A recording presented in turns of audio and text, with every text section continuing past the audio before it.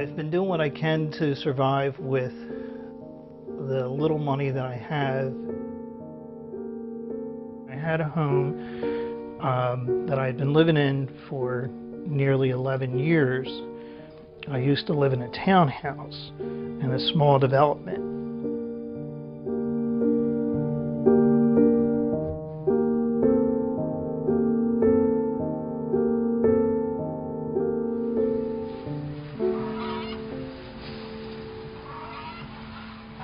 I didn't have a choice, really.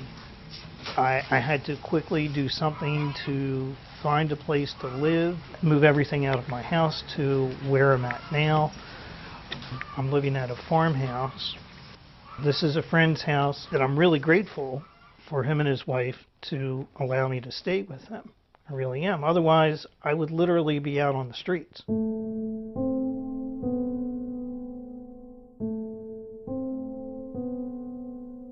What happened was that my benefits stopped. I didn't know about this until I ran out of cash. That's what it was. I ran out of cash completely. It was flat broke.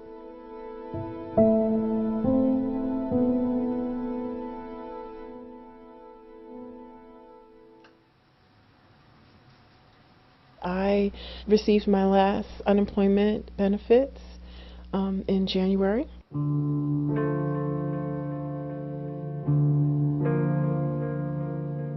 My son Corey has attended a private school. More than likely he will have to leave a school he loves and has been phenomenal for him.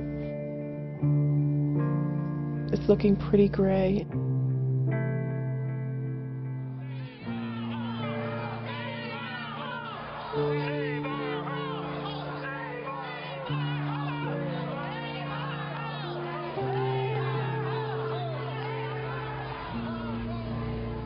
But definitely on the cover letter should be spelled correctly, and you can have that as like a forefront of your resume.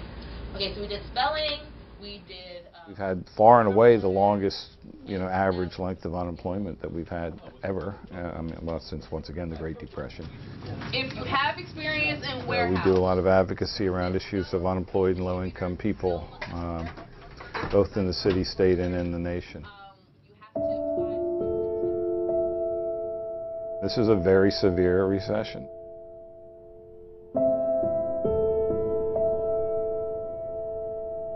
The whole recession was sort of brought on by subprime lending and these abusive mortgages that went bankrupt and sort of toppled the financial industry. As the recession deepened, all those subprime mortgage companies went out of business. And what was really driving foreclosures after that was 10% unemployment rate. So you got all these people with prime mortgages can't pay their mortgage because there's no work.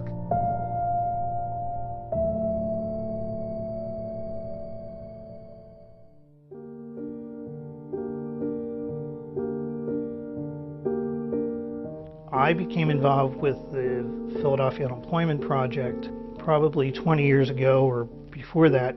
I was helping other people and then fell back on them to see what they could do to help me out in this situation. The benefits ran out in December of last year while I was down in Florida taking care of my mother. So since then, it's been survival for me.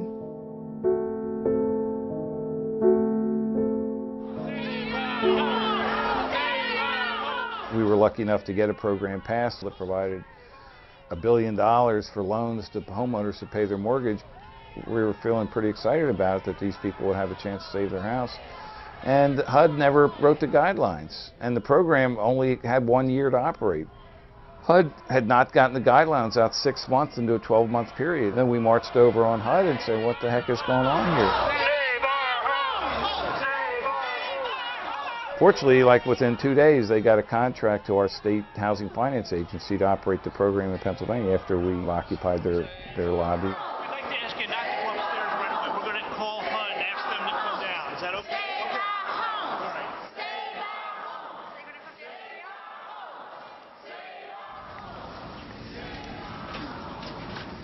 right. You can take a seat in my office. You can get the paperwork. Our mortgage is delinquent at this point, and we're behind on a number of bills. The goal is to find an agreement you can come to with your mortgage company. Terrence was saying you're unemployed, is that right? I am. Yeah, so it's a little, options are more limited when you're unemployed, but We'll go through the process only to find that either funding, is not there, or, we don't qualify because we made few dollars more than what the guidelines suggest. That's pretty much it. So She'll I guess call she'll call you.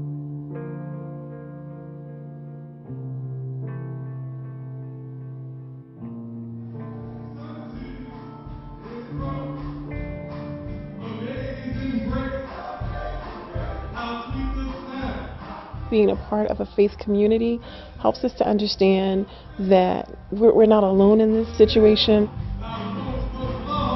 We choose to see the cup as half full, even though on days it really looks empty.